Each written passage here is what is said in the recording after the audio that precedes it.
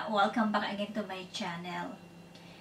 So, meron na naman akong panibagong putahe na ihahain para sa inyo. Walang iba kundi shrimp fritters or sikat kung tawagin sa atin ay ukoy. Ayan. Alam ko familiar na familiar kayo sa ukoy. Kaya mag-uukoyan tayo ngayon mga palangga. So, handa na ba kayo makita ang mga ingredients? At ipaghahain ko na kayo. Okay? So, here are the ingredients. White onion, hairy hill, salt, turmeric powder, 2 kinds of flour, wheat flour, chickpea flour. Ito siya. Ito yan. A glass of water, shrimp, maliliit na shrimp mga palangga, and also gagamitin tayo ng cooking oil. So mga palangga, ito na yung aking perihil. Chinap ko siya ng maliliit. At nasa sa inyo kung gaano kadami ng perihil ang gusto nyo. And also yung white onions ko, chinap ko din ng maliliit. So the next step mga palangga is imimix lang natin lahat ng mga ingredients sa isang bowl. So first, white onions. And then perihil. And then yung wheat flour. And also yung chickpea flour. Then, imimix lang natin.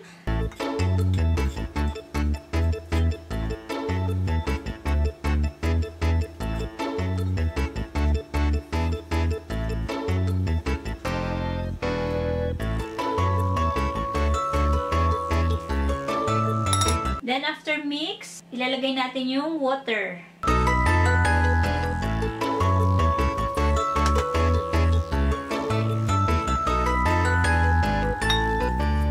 And also, yung shrimp, ilalagay na din natin.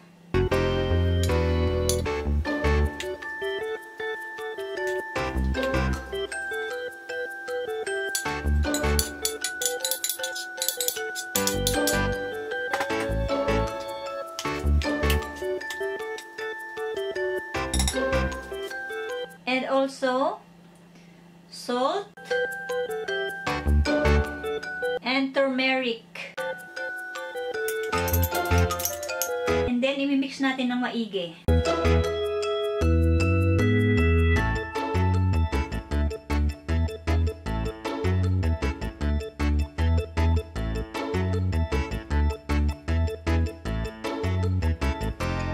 So, after kong imix ng mabuti, then, i-deep fried ko na.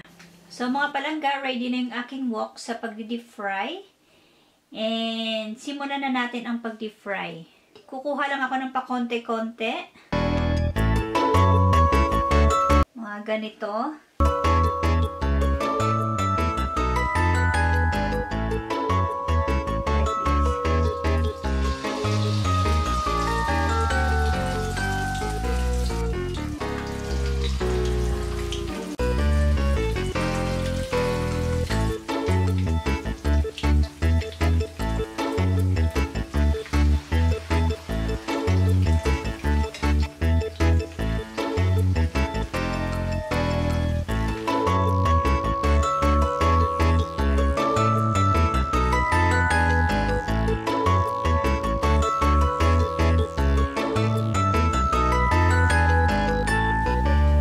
So, next mga palangga, pagluto na yung other side niya, pabaliktarin lang natin. Ayan.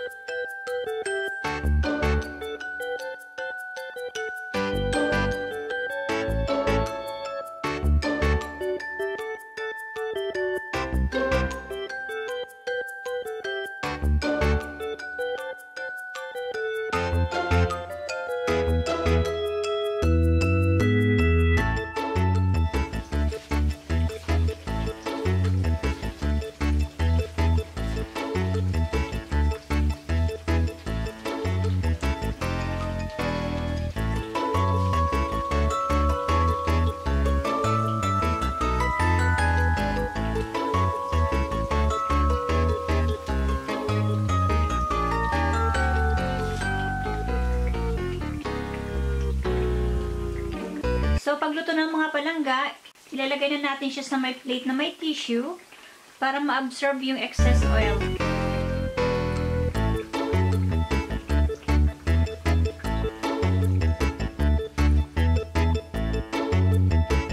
So, ayan ang mga palangga.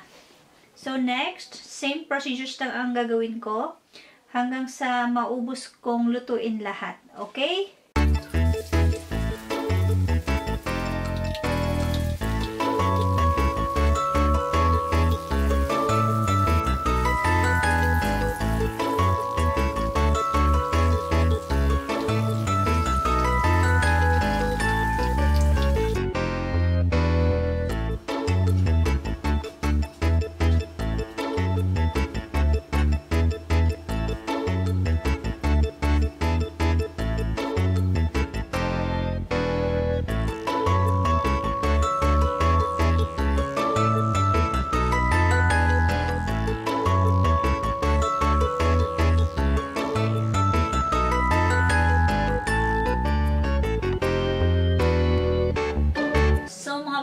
Panahon na para tikman ang aking nilutong shrimp fritters.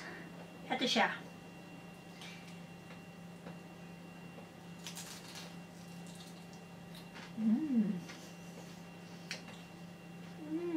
Sarap. Kinikilig ako sa sarap. As in.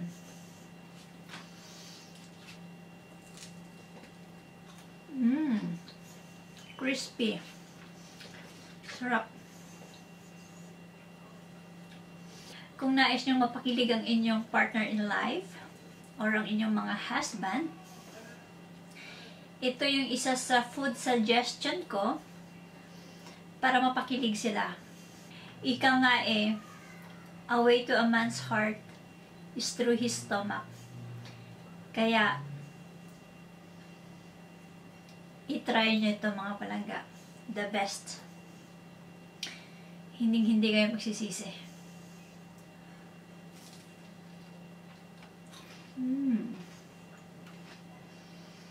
So yummy. As in. Hindi nyo na kailangan ng rice.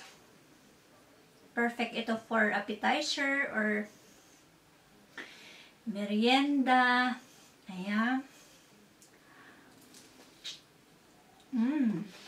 Sarap. Ang sarap niyang papakin talaga, as in. Lalo na pag bagong luto,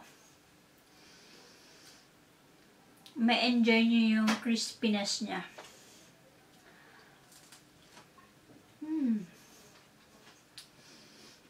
Ang sarap.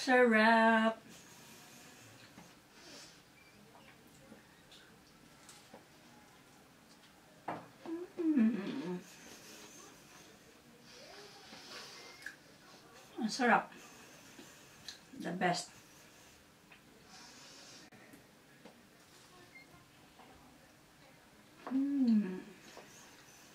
Nakaka-inlove ang lasa niya. The best talaga.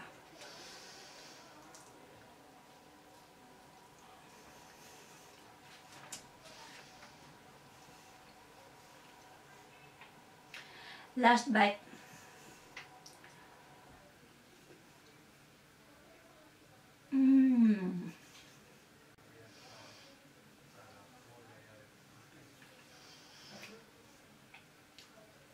Sobrang sarap.